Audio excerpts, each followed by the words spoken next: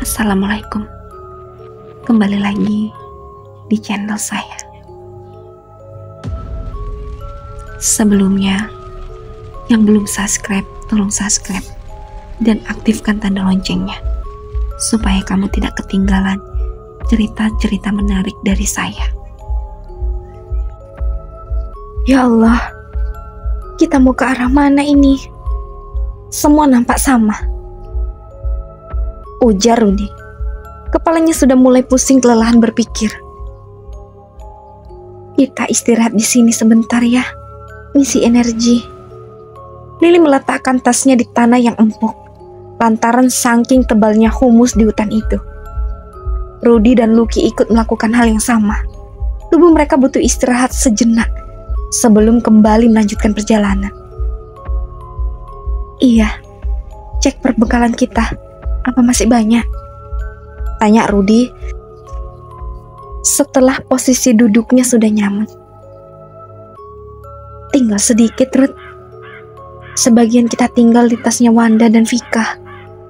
Mungkin cuma cukup sampai 2 hari ke depan.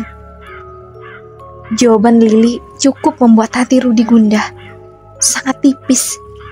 Ya, jika mereka segera bisa sampai di pos terdekat atau setidaknya segera berjumpa seseorang. Jika tidak, mereka akan mati kelaparan di gunung misterius yang menyeramkan itu. Kalau gitu, kita harus mulai makan seadanya yang ada di alam. Dedaunan muda atau buah-buahan kalau ada, kata Rudi memutuskan. Kamu pasti tahu kan tanaman apa aja yang bisa dimakan, Li? Iya, kita harus mulai makan yang ada di alam. Aku akan pandu kalian apa-apa aja yang bisa kita makan. Sekarang kita makan dulu yang dimasak tadi pagi. Di sini belum kelihatan yang bisa kita makan. Rudi memandangi sekitarnya, mencari sekiranya ada mata air. Persediaan air mereka pun tidak lagi banyak. Untuk minum sampai besok pun sudah harus sangat berhemat. Aku kesana sebentar. Kalian di sini aja, jangan kemana-mana, ujar Rudi seraya menunjuk sisi timur dari tempat itu. Kamu mau kemana, Rud? Tanya Lili. Cari mata air. Ingat, jangan kemanapun sampai aku kembali lagi ke sini. Rudi pun meninggalkan kedua temannya ke arah utara. Untuk memastikan bisa kembali ke tempat itu, Rudi meletakkan rantingan sepanjang jalan yang ia lalui. Dia tidak ingin tersesat dan berpisah dengan kedua temannya lagi. Menurutmu, apa kita bisa keluar dari sini? Tanya Lucky gundah. Aku pun gak yakin, Luk. Ini sangat menakutkan bagiku. Jujur, sejak tahu aku lagi dapet, hatiku gak tenang. Aku merasa ada yang ngikutin kemanapun aku pergi. Bahkan saat ini, seperti ada yang sedang mengawasin kita. Lili celingukkan dengan tangan kanan yang mengusap bagian belakang lehernya. Hawa tak biasa menggetarkan hatinya. Aku harap kita akan baik-baik aja. Kita bisa pulang dengan selamat dan kumpul lagi dengan keluarga. Lucky menatap tanah yang dipijaknya. Keluarga?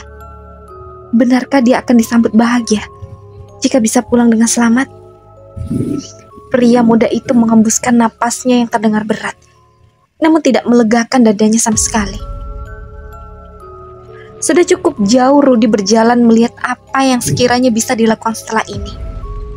Jalan mana yang sekiranya bisa ditempuh atau petunjuk di mana dua sahabatnya berada. Krosak. Suara sesuatu melesat dengan cepat di belukar ilalang, tak jauh dari tempatnya berdiri. Tak lama kemudian, seorang pria datang dari arah belakangnya. Pria itu membawa tombak berlari mengejar entah apa, Rudi tidak tahu. Ini kesempatan emas. Rudi harus bisa mendapatkan informasi dari pria itu. Pak? Rudi memanggil pria dengan topi caping itu. Pria itu menghentikan laju larinya, kemudian menoleh padanya. Ada apa, Le? Pria itu berbicara agak santai, padahal pasti tahu jika yang dikejarnya pasti akan segera jauh. Kamu pasti tersesat ya? Iya. Dari mana Bapak tahu? Tanya Rudi gugup. Itu, di sana ada sungai. Ikuti saja.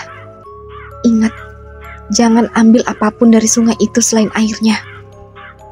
Pesan pria itu kemudian dalam hitungan detik langsung melesat meninggalkan Rudi yang masih kebingungan dari mana pria itu tahu jika dirinya tengah tersesat. Rudi tidak segera menemui kedua sahabatnya yang tengah beristirahat di bawah pohon rindang. Dia berjalan lebih jauh ke depan. Tebing tinggi ada di bawahnya. Rudi menghela napas. Apa yang bisa dilakukan untuk segera keluar dari tempat ini? Pikiran itu terus saja membuatnya gundah. Pandangan Rudi yang sudah akan pergi seketika berbalik pada sebuah objek yang menarik perhatiannya.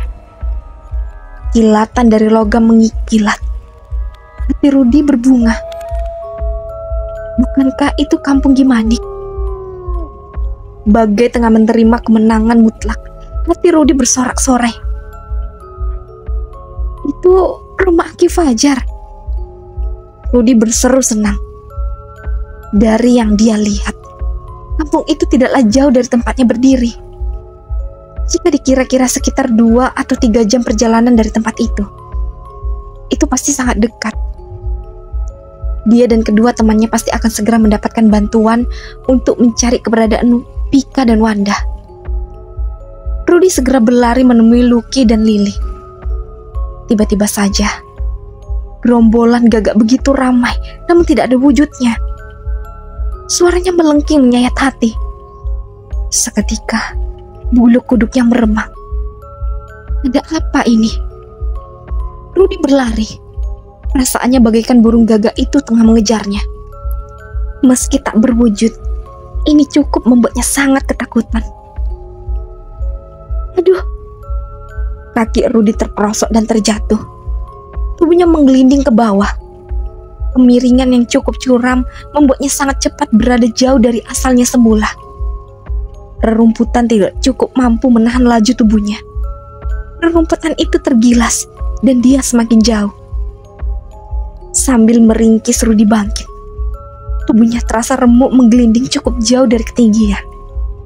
Memandang ke atas membuat hatinya ngilu. Bagaimana dirinya harus berjuang untuk bisa naik lagi? Padahal tubuhnya terasa sakit, dan naik ke atas jelas membutuhkan tenaga yang tidak sedikit. Rudi menegakkan tubuhnya lagi. Biar bagaimanapun, dia harus bisa kembali ke atas dan bergabung dengan Lucky dan Lily. Susah payah dia merangkak di tebing yang cukup curam dan dipenuhi semak rerumputan. Desisnya saat pergelangan tangannya tergores kayu kering. Darah seketika keluar dari kulitnya. Rudi mengambil dedaunan, lalu digunakan untuk mengelap darah. Ya Allah, tinggi amat, gumamnya. Perlahan kakinya mulai menapak kecuraman tebing gunung itu. Tangannya berpegangan pada rerumputan. Kali ini, dia lebih berhati-hati agar tidak terluka lagi. Suara burung gagak itu masih belum hilang. Tanda apa sih yang mau burung itu katakan? Tanyanya pada diri sendiri. Astagfirullah, kenapa aku jadi mengait-ngaitkan dengan suara burung sih? Ya Allah, mudahkanlah langkahku. Bismillah. Rudi merasa menyesal telah berpikir yang tidak-tidak saat mendengar suara burung gagak yang tidak terlihat wujudnya itu. Meski hati agak bergetar, matanya menyorot sekeliling mencari keberadaan gerombolan burung gagak yang masih saja berisik itu. Ya Allah, tolong tunjukkan di mana burung-burung itu. Atau suruh diam saja, supaya hati dan pikiranku gak terganggu. Pintanya lirih, seraya memejamkan mata berusaha lebih dekat pada Yang Maha Kuasa. Sementara itu, Lucky dan Lily gelisah menunggu kedatangan Rudi yang tidak kunjung kembali. Kenapa Rudi begitu lama? Apakah dia juga akan menghilang dan meninggalkan mereka berdua di gunung itu? Pikiran Lucky dan Lily sudah tidak karuan saja. Pak Rudi tersesat. Kok sampai gini lamanya belum balik? Tanya Lily dengan mengamati sekeliling, berharap sosok Rudi akan muncul. Semoga aja nggak hilang juga. Kalau Rudi juga hilang, kita mau gimana, Li? Ucapan Lucky seketika saja membuat Lily merasa khawatir dan was-was. Jangan bilang gitu, Luk. Aku takut di sini terus. Mata Lily bahkan telah berkaca-kaca. Kejadian demi kejadian buruk membuat hatinya melemah. Apalagi keadaanku yang sedang tidak suci. Dia merasa sekeliling memperhatikan gerakannya. Luk, kamu merasa nggak kalau ada yang memperhatikan kita? Mata Lily masih mengitari tempat itu, meski yang terlihat hanya pepohonan besar. Kedua telapak tangannya saling menghangatkan tubuhnya yang terasa tidak nyaman. Entah mengapa, sejak rencana naik gunung itu hatinya sudah tidak karuan saja. Semakin takut ketika peringatan Aki Fajar muncul dalam ingatannya. Lucky ikut mengedarkan pandangannya. Entah mengapa perasaannya juga jadi tidak nyaman. Rasa dingin yang tidak menyejukkan, seperti ada puluhan pasang mata tengah mengintai mereka berdua. Sepertinya mereka banyak, Li. Lucky masih melihat sekeliling, tak memperhatikan jika Lily semakin ketakutan. Aku merasa ada yang deketin aku, Luk. Bisiknya sambil merapatkan tubuh pada tubuh Lucky. Lucky sadar jika Lily semakin merapat padanya. Rasa hangat seketika merayapi tubuhnya yang dingin. Getaran yang tidak biasa dirasakannya saat Lily merapat padanya. Hatinya ikut bergetar, bibirnya pun sama. Bagian tubuh lainnya ikut menegang seakan hanyut dalam suasana. Semakin Lily merapat, Lucky merasa semakin senang. Ada kesempatan untuknya memeluk tubuh hangat seorang wanita. Dia ingin mencoba bagaimana rasanya memeluk tubuh indah dan gemulai yang banyak orang bilang empuk dan nyaman. Mengapa? Lily menurut saja. Saat Lucky menariknya agar masuk dalam dekapan hangat dada bidang Lucky, bahkan gadis itu tampak menikmatinya. Dengan terpejam, perlahan wajah Lucky menuruni lekuk wajah Lily. Napasnya mendesah naik turun tidak beraturan. Lama-lama, bibirnya berusaha menyentuh bibir mungil gadis yang menjadi sahabat setelah sekian lamanya. Bibirmu lembut dan manis, ujarnya seraya menyentuh bibir Lily dengan ujung jari telunjuknya. Menyapu dari ujung ke ujung, Lily tersipu malu. Getaran-getaran lembut mengalir aliran darahnya, tersentuh dan terbuai dalam kasih. Lucky ingin mengulang lagi dan lebih dalam dari yang baru saja mereka lakukan. Lucky kembali mendekatkan wajahnya agar lebih terasa sentuhan demi sentuhan itu. Layung bersambut, Lily tidak menolak sama sekali. Ingatannya kembali pada masa melihat Vika dan Wanda melakukan itu, dan dia juga ingin merasakan itu. Meski tidak dengan Wanda, setidaknya bayangannya bisa menimbulkan hasrat tersendiri. Dan dia ingin ikut merasakan apa yang dirasakan oleh Vika malam itu. Ketika akan mengulang sentuhan lembut itu, mereka dikejutkan oleh teriakan seseorang. Keduanya segera saling melepaskan satu sama lain dan melihat ke arah datangnya suara. Rudi datang dengan napas naik turun. Wajahnya merah padam menahan lelah. Tapi dia tidak peduli itu. Emosinya naik ke ubun-ubun melihat kelakuan dua sahabatnya itu di tengah hutan belantara. Mendapatkan tatapan horor itu seketika nyali Lucky dan Lily menciut. Mereka juga takut jika apa-apa di gunung ini nantinya. Kalian masih ingin bercanda? Ini yang kalian lakukan kalau aku nggak ada di dekat kalian. Mau hilang nyusul Vika dan Wanda? Belum puas dengan banyaknya kejadian aneh di sini? Rudy langsung melampiaskan emosinya saat itu juga. Apalagi dia baru saja susah payah naik ke atas lagi. Lucky dan Lily menundukkan pandangan. Mereka tidak ada yang berani menatap wajah Rudy.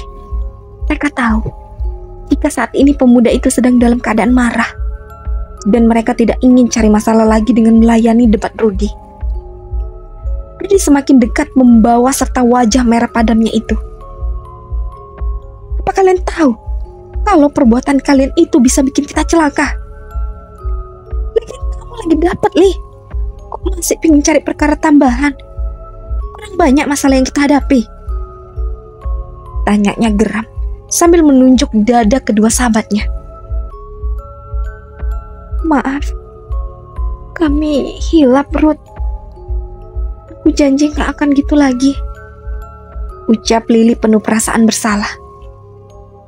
Kedua tangannya mengepal dan berkeringat. Dia gugup dan merasa sangat bersalah. Namun jujur, dalam relung hatinya, sentuhan sedikit dari Lucky memang telah menimbulkan getaran luar biasa dalam dirinya. Tubuhnya bagikan merespon hal aneh yang belum pernah dia rasakan sebelumnya. Apa ini sangat aneh dan luar biasa. Apa ini yang dinamakan jatuh cinta? Pikiran Lily semakin tidak karuan saja.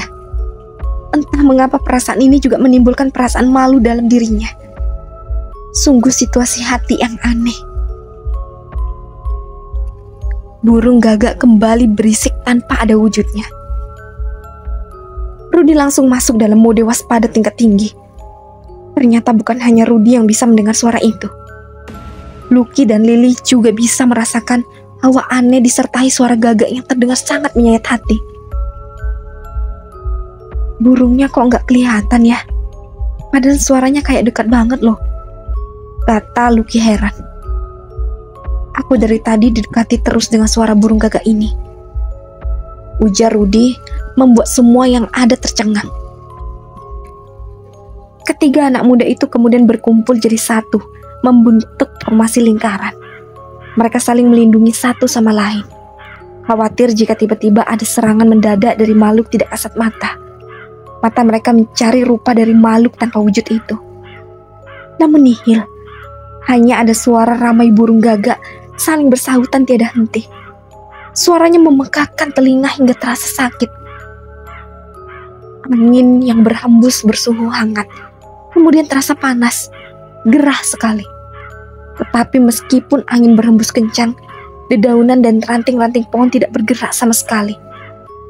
Ketiga mahasiswa itu saling pandang, merasa heran dengan yang terjadi di sekitar mereka. Kalian lihat itu, anginnya kencang, tapi daun-daun gak ada yang bergoyang sama sekali, tanya Lucky seraya menatap ujung pohon yang ada di sekitarnya.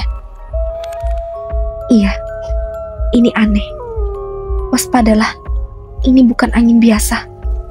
Burung-burung itu juga masih ribut aja, saut Rudy satu suara dengan Lucky.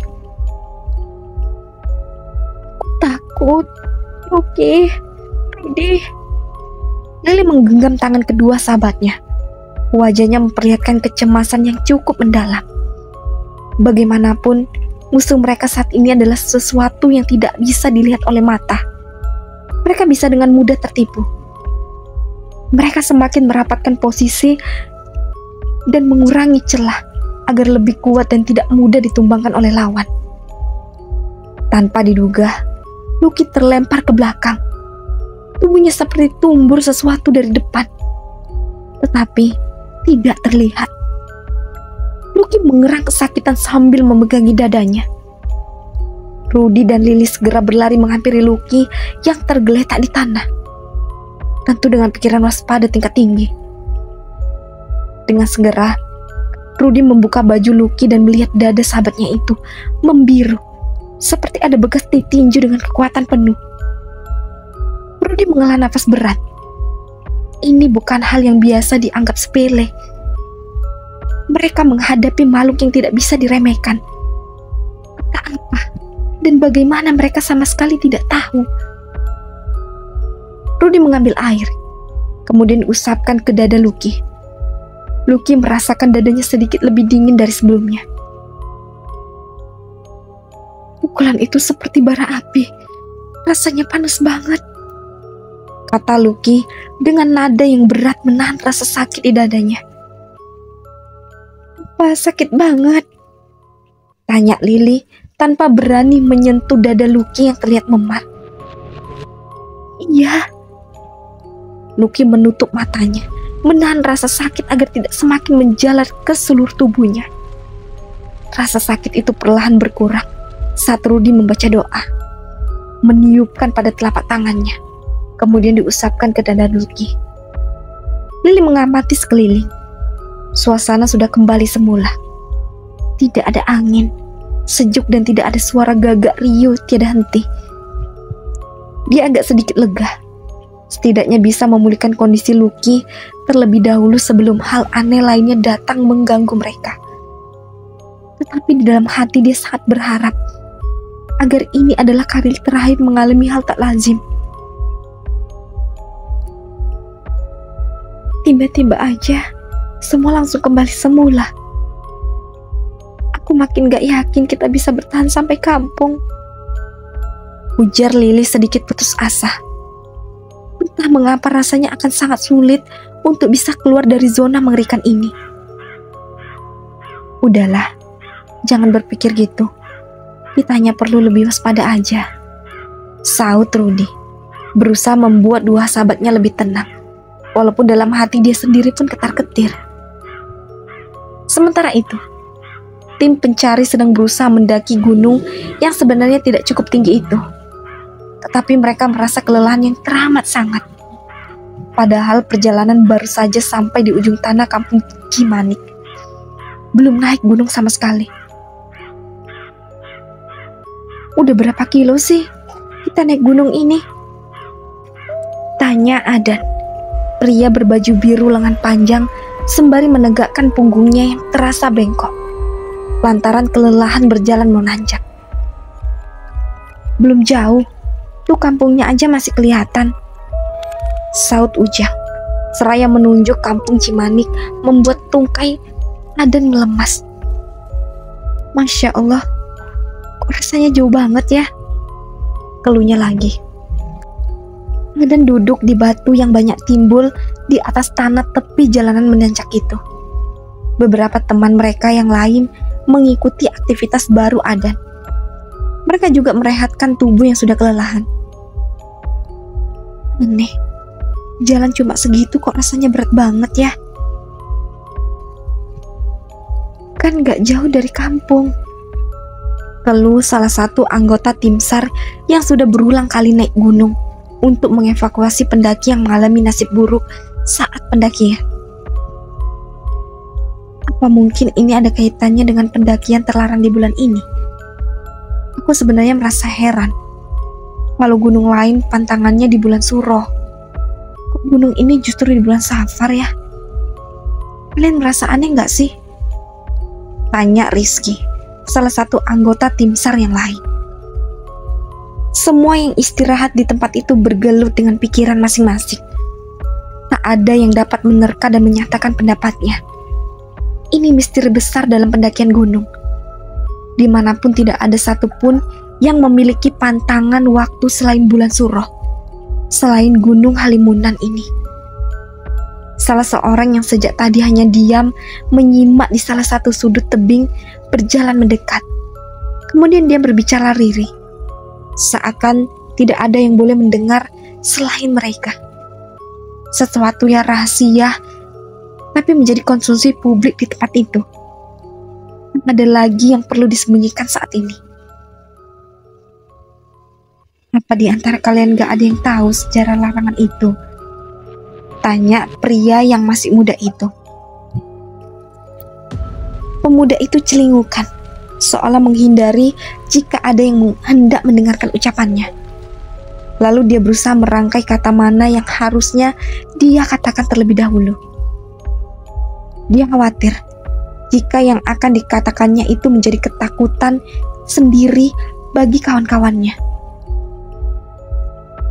Karena jika mereka merasa takut, tidak akan ada yang mau membantu mencari keberadaan 5 mahasiswa itu. Kamu mau ngomong apa sih?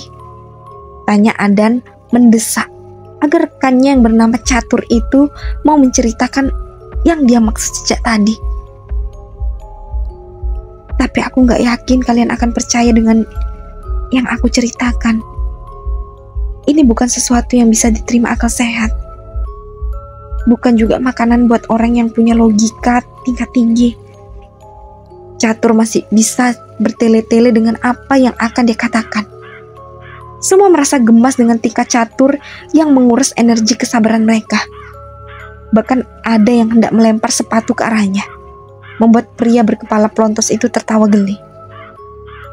Sebenarnya, jika mereka mau merunut kejadian dari awal mula, pasti akan menemukan letak keganjilan yang selama ini melekat erat pada Gunung Halimunan. Namun tidak ada yang berani berspekulasi. Apalagi jika Ki Basri sampai mendengar, mereka tidak yakin bisa tetap berdiri tegak di atas muka bumi. Ini kok ada yang berani mencoba mengungkapkan apa yang menjadi rahasia selama ini. Menolak apalagi menampik, jika sebenarnya mereka juga sangat penasaran.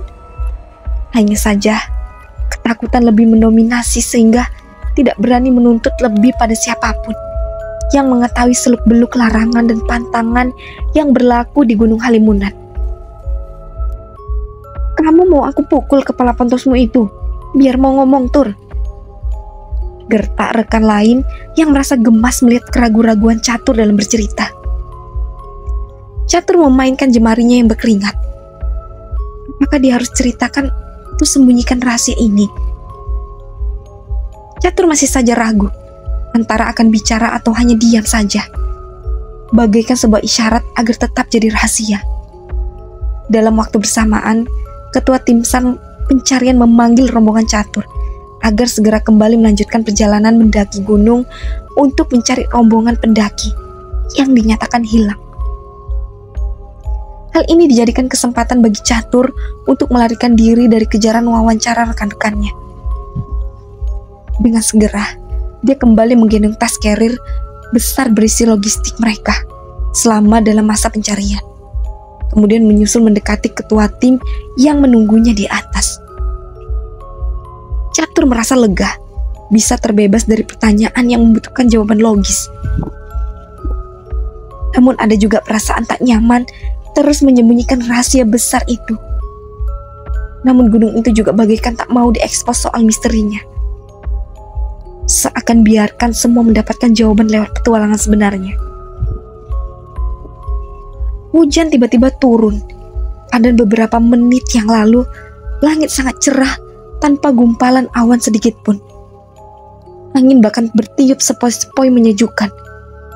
Para anggota pencari segera berlindung ke bawah-bawah pohon besar. Secepat mungkin pula mendirikan tenda darurat menggunakan terpal yang hanya diikatkan pada pohon-pohon. Kemudian saling merapat di bawahnya.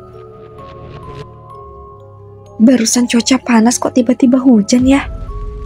Gumam Adan, sembari menyimpangkan kedua lengannya di depan dada. Wajahnya yang kebasahan sebelumnya telah diyaska menggunakan kain yang membungkus lengannya. Iya, apa gunung ini suka main tebak-tebakan ya? Saut Rizky tak kalah absurd. Main tebak-tebakan gimana, Ski? Adan si tukang kepo pun segera ingin tahu dengan mendapatkan jawaban yang diinginkannya. Iya, kan kita harus menebak mau hujan apa panas nih cuaca. Mana katanya sering datang kabut tiba-tiba. Kan kita jadi disuruh nebak kapan mereka datang. Ujar Rizky membuat semua mengangguk setuju. Hujan deras berlangsung cukup lama, membuat tanah dan tanaman basah semua. Para anggota tim pencari pun sempat kedinginan karena suhu udara seketika turun drastis. Mereka menyempatkan makan di bawah terpal yang basah karena sempat teraliri air sebelum parit di tepian selesai dibuat. Mereka makan dengan posisi jongkok. Awet bener nih hujan. Kalau di Jakarta udah pasti kebanjiran. Celetuk salah satu di antara mereka. sembari menikmati makan siangnya. Jangankan Jakarta, kota lain juga bakalan banjir. Kan sistem drainase di kota-kota Indonesia kebanyakan gak bagus. Kalau bagus pasti bebas banjir. Sahut lainnya, mengajukan argumennya. Iya, andai aja pengerjaan gak banyak dikorupsi, pasti Indonesia infrastrukturnya seperti di Jepang. Negara kita loh kayak luarnya biasa. Yang lain tak mau kalah. Dan korupsinya jauh lebih luar biasa. Arem. Sang pemimpin tim pencarian menggeleng heran. Gimana sih biar bebas korupsi orang-orang itu? Tanya Catur yang merasa tertarik dengan pembahasan mereka kali ini. Pria berkepala pelontos itu sudah menyelesaikan makan siangnya. Daun pembungkus dia buang di atas rerumputan. Karena itu adalah barang alami, tidak akan merusak ekosistem. Sehingga tak ada yang menegurnya. Daun bekas pembungkus nasi itu akan menjadi pupuk alami untuk alam. Dari kecil mungkin dibiasakan dikasih nggak cuma sedikit, maunya banyak. Jawab seorang pria berjaket tebal asal Cirebon. Pria itu juga sudah menyelesaikan makan siangnya. Sama seperti Catur, dia pun membuang bungkus ke rerumputan. Tapi sebelumnya sudah dirapikan agar tidak terlihat berantakan. Kurang diajari banyak bersyukur mungkin, saut Rizky. Ya, dalam diri mereka gak punya rasa syukur. Seberapapun pasti gak pernah cukup. Selalu aja kurang. Dan pastinya sifat mencintai dunia secara berlebihan. Makanya timbullah sifat tamak yang mendarah daging. Jelas sang pemimpin bernama Nedi itu. Kita kok jadi ngomongin korupsi ya? Gumam Adan heran. Ya daripada ngomongin cewek melulu, jomblo pasti ngenes dengernya. Dipamerin mulu sama yang punya pasangan. Seru Catur diiringi tawanya yang menggelegar, membuat sebagian harus menutup telinga karena merasa peka oleh suaranya. Kalau ketawa itu yang santuy napa bro? Tegur Rizky. Catur cengengesan sambil menggaruk tengkuknya yang tidak gatal. Maaf, kebiasaan. Catur tergagap saat melihat sosok yang mengintip di balik pohon besar tak jauh dari tempat mereka berteduh. Tangannya menunjuk ke arah pohon itu, tapi bibirnya tidak bisa berbicara. Hanya bergetar tanpa mengeluarkan suara. Yang masih penasaran, lanjut ke part selanjutnya. Dan jangan lupa aktifkan tanda loncengnya dan subscribe. Assalamualaikum.